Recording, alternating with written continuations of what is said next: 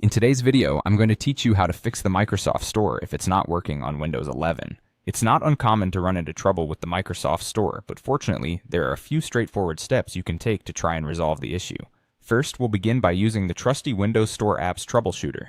This tool is specifically designed to sniff out issues and provide recommendations for resolving them. To get started, you'll want to open up your settings. You can do this quickly by pressing the Windows key and the I key together on your keyboard. Once you're in Settings, navigate over to System.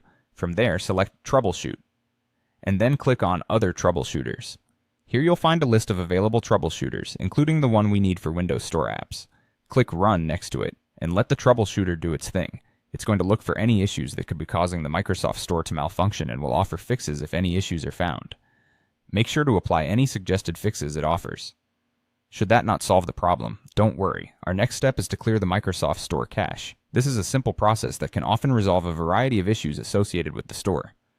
To do this, press the Windows key and the letter R on your keyboard simultaneously. This will bring up the Run dialog box. In the box, type in wsreset.exe and hit Enter. What this command does is reset the Microsoft Store cache, clearing out any potential issues without affecting your installed apps or settings. It may take a few moments for this process to complete, but once it's done, the Microsoft Store should open up automatically. It's a good sign if it does, as this often indicates the cache clear has resolved the issue.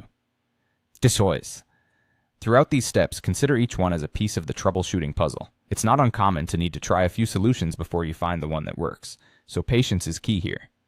This straightforward approach should have you on your way to solving any pesky issues with the Microsoft Store. And there you have it. With these steps, you should be able to address most common problems with the Microsoft Store on Windows 11.